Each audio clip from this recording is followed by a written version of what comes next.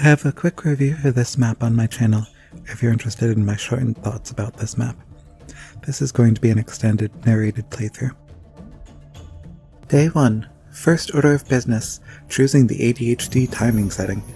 I generally don't recommend this as crops and saplings only grow during sunlight, so I spend a lot of time waiting, but I'm impatient, so let's go. In this Skyblock map, I receive an island each day that I'm able to throw and generate one of 100 random islands. My first island for this day was one with a dark oak sapling, which meant I'd have to make a pathway over to it if I wanted my favorite wood. I examined everything available to me, read the instructions for making a cobble generator, absorbed none of that, and immediately messed up my cobble generator. I decided to punch the tree and plant my seeds while I thought about how dumb I can be.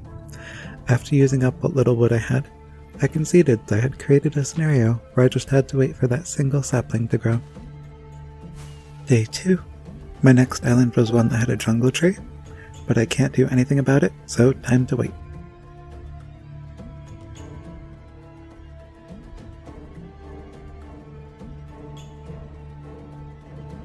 Day 3. Next, I was gifted an ice island. Cool, but not particularly useful at this point. Time for more waiting.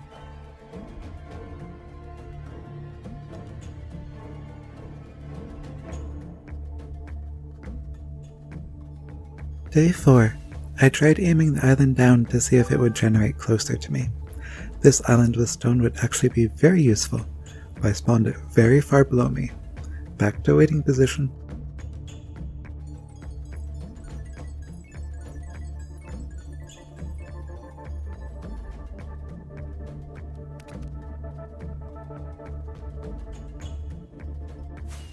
Day 5. Today's island was a desert island with a cactus. Then more waiting.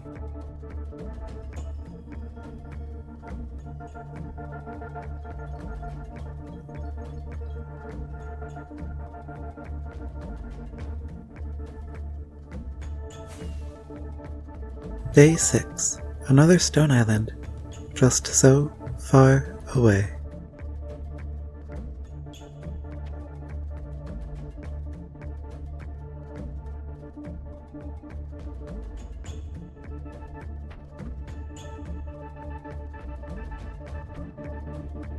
Day 7. This time my island was a patch of flowered land with pumpkins. I promise this gets more exciting soon. I cannot emphasize enough how much you should just restart this map if you mess up the cobble generator like I did.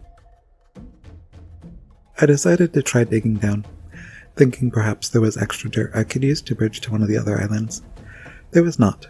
Then I realized I had no torches, so I turned all the grass into tilled land. Day 8. Another jungle biome island, this time with bamboo, but still so far out of reach.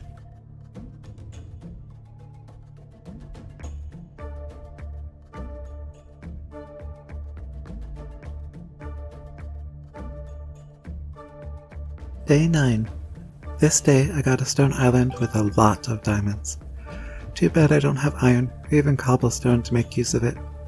Then something incredibly exciting happened. The tree grew, finally. I chopped down the tree, converted it all into slabs, then rearranged my few things to make room for more saplings. Progress has been made. Then a singular phantom found me hanging out on my single wide bridge, and it did not end well. It was here that I discovered that you can't respawn in this challenge map, so on to attempt 2.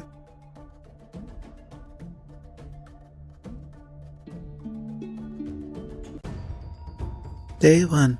So, attempt 2. Will I be able to make the cobble generator correctly this time? Yes. Time to punch a tree and then work on actually getting some cobblestone so I can explore other islands. But first, I decided to learn from last time and get enough slabs to make sure I could catch all saplings that drop from the starter tree. Not that it helped, because this tree gave me no saplings. At least we have cobble to mine this time. Day 2. I now had 2 islands to spawn, so I created both of them.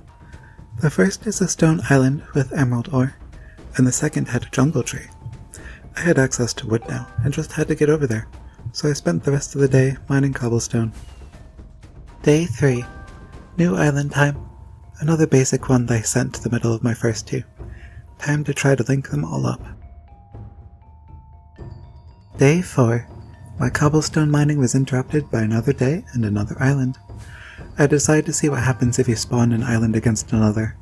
The answer? Deleting the old one, which is fine. I'm glad I tested it on the island with emerald ore, since I didn't see that being necessary anytime soon. And it just replaced it with another stone island, so it blends together alright. I was finally able to build over to the jungle tree to receive. No saplings again. This run is cursed.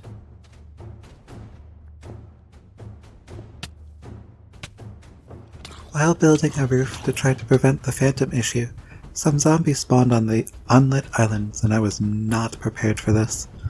Such a silly way to go, but maybe a blessing, since I was having no luck with saplings, it was holding me back in a big way. On to attempt 3. Day 1.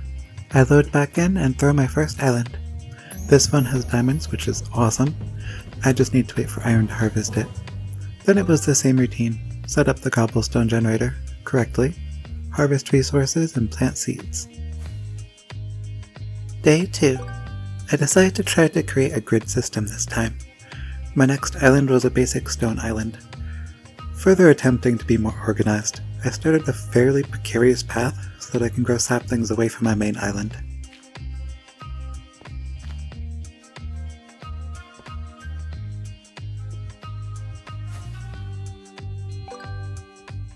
Day 3. Today brought a cute little island with an oak tree. Nothing special, but I'll take it. I built my path to the island with diamonds to check it out and pick up some mob drops. A skeleton was waiting for me inside, but I was able to take care of him fairly swiftly. Day 4. Day 4 rolled in as I was working on a roof to prevent the phantom disaster from repeating itself. This morning's island is the one with a jungle tree again, so I went back to the grind of mining cobblestone to continue to expand my little base. I had a flashback as zombies headed towards me from the diamond island at night, but this time I was prepared. I definitely need to get some torches.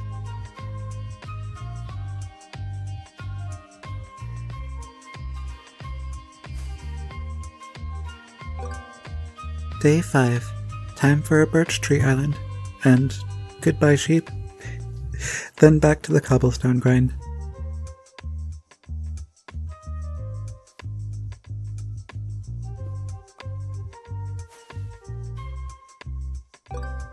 Day 6. Another basic stone island.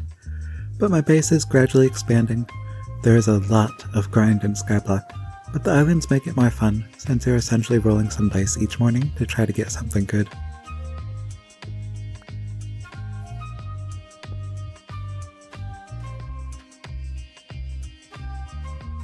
I finally make my way over to the precarious island with a jungle tree and manage to avoid falling in the hole.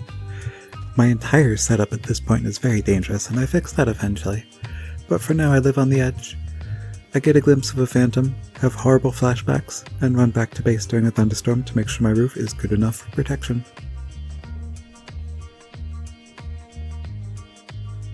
Day 7. I finally decided to cover up the lava so I didn't accidentally walk into it, and then through my next island. This time it was just a desert island with cactus, so back to the grind by chopping trees. It's day 7 and I finally decide to craft a furnace and get some charcoal started for torches. About time. Day 8. A cute little mushroom island spawned this time and my charcoal is finished. Now I can actually light up this diamond island instead of fearing it every night. I also light up the island that had the jungle tree and fill in the hole I'll definitely otherwise end up falling into at some point.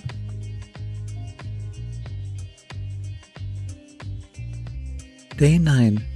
This llama is in an unfortunate situation, but I have a new island to spawn. I got very distracted by working on this path through the diamond island. Seriously, I spent an entire Minecraft day getting distracted. My island is just another birch island today, so back to chopping trees and mining cobblestone. Day 10. I spent an entire day in ADHD land, so I have another island already. This time I got a rare island, that looked like it had iron. Finally! New first priority? Get over to that island. Day 11. I got completely distracted by chopping down some trees, and it's day 11 now. I managed to get most of the way to the island with iron, but had to go back to get more cobble, and saw a large oak tree that had grown, and now we're here. Today's island had some gold ore, which I'd be able to get very shortly if I can stop getting distracted. The rare island I spawned turned out to be a mineshaft island. This has so many resources, even a couple of spawners, and oh my gosh, I almost fell in that lava. More safely this time, I'm able to get to the little spawner room and loot the chest. It has some decent loot, especially the diamond sword. The clock is quite handy as well. I know people usually think clocks are worthless, but I always end up having one on me. Anyway, I noticed the spawner go off while I was looting, so I head off to investigate where the skeleton spawned. This one gets a taste of my new diamond sword. Now armed with a proper weapon and a shield, I felt kind of safe for the first time. I opened the next chest and this had so much gold, and even an enchanted golden apple.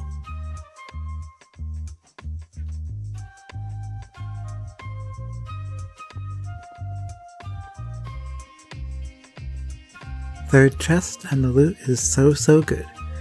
I don't even really need the iron now that I have enough diamonds to make a diamond pickaxe. Now to very carefully make my way back home to drop off all my new stuff. Day 12. I was very confused as to what happened to my Day 12 island when I was going through my footage, but you can see it actually drops on the ground because my inventory is full. I forget about it for an entire day, but I must have been just far enough out of simulation distance for it to still be there when I return later to finish snapping the loot.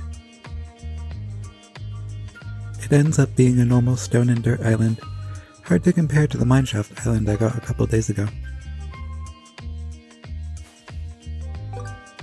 Day 13. Today's island has spruce. It's still not as spectacular as the mineshaft island, but it's always nice to have the wood types for when I start expanding. I was more interested in finally being able to mine those diamonds though. This felt so incredibly good to finally be able to harvest these and trim down the island. Day 14. I ended up chopping trees through day 14. Sorry sheep. But eventually got around to spawning my next island. This one is an acacia island. I decide to lure the remaining sheep back to my main island so I can get a bed made. Day 15. At the start of day 15, I head back to the mineshaft to harvest some iron for shears. While I waited for charcoal and then iron to cook, I threw out the next island, which ended up being an ice island. Day 16. Another acacia island, so nothing exciting today. I decided to build a path to the birch tree, since the oak trees were getting unruly on my narrow paths. Day 17. Finally, I started putting railings on this accident just waiting to happen. I got my new island and finished using up the slabs I had before spawning it.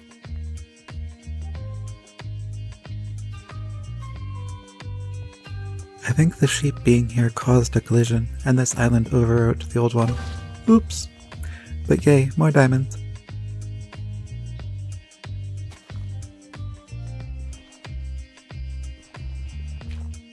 I finished off the day by sleeping in a bed for the first time.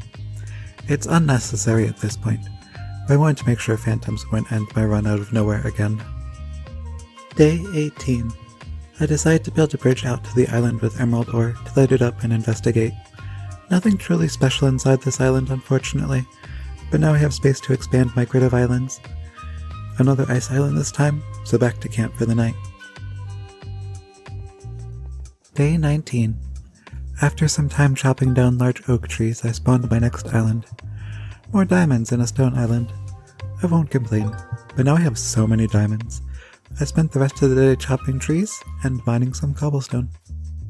Day 20. I made it 1/5 of the way through the 100 days.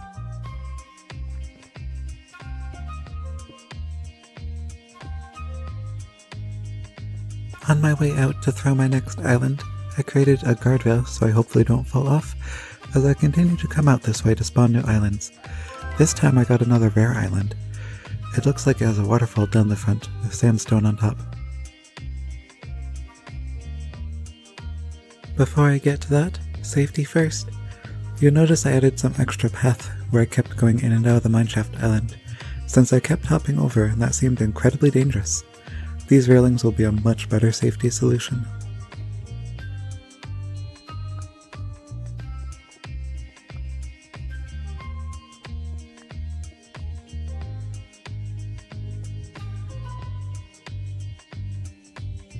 Day 21. I built out to the Mushroom Island, halfway to the new Rare Island, and through my next island. Diorite and stone, so nothing interesting to get distracted with.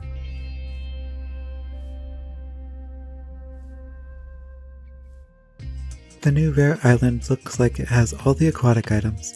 The barrels had plenty of fish, some prismarine, and sea lanterns. Day 22. Before leaving the ocean island, I tossed out the next island, which was just a jungle tree. The rest of the day was inventory management and gathering resources. Day 23. I hopped back up on top of the ocean island to spawn my next island, which was another small oak island. The rest of my day was spent collecting the rest of the diamonds from the first diamond island.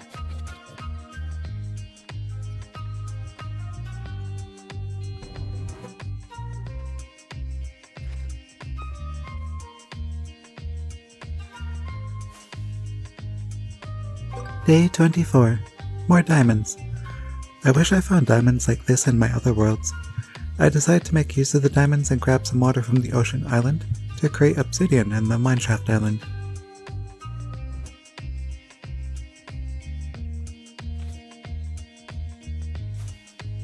Day 25. Another cute little island with a spruce tree today.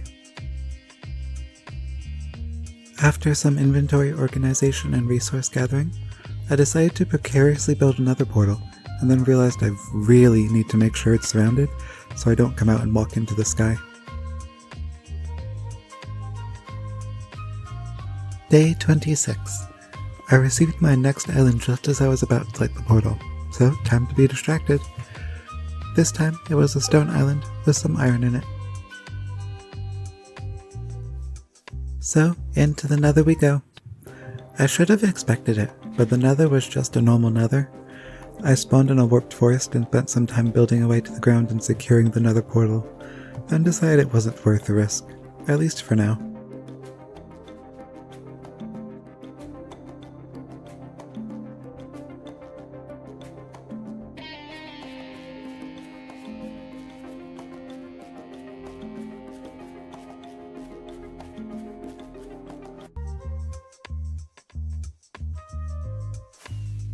Day 27. Another birch island.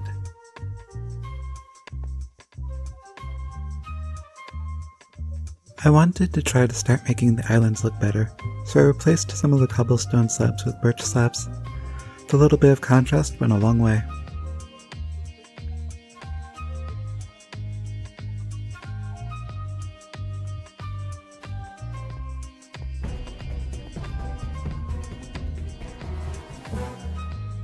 Day 28. I was starting to feel good about this world. The guardrails were up, I felt comfortable and safe decorating. I had all the resources I could need. Now it was just a matter of building and getting better blocks. Today's island had more emerald ore I could mine later. I decided to have another look around the mineshaft island to make sure it was lit properly and to harvest resources, starting with some extra charcoal from this campfire.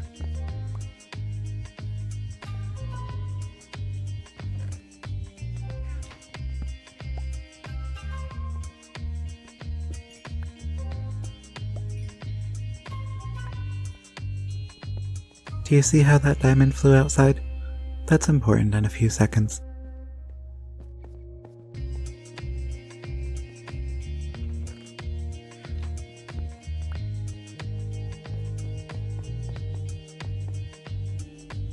At the end of all of this, I was the most dangerous thing in this world.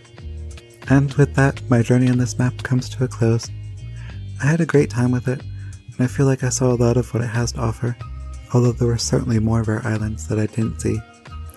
So no, I wasn't able to survive 100 days, but I'm content with that, because I was in a place where I think the only way I could have died is from my own carelessness, like what just happened. If this adventure looks fun to you, I encourage you to purchase this map and play it yourself. Until next time, stay radiant.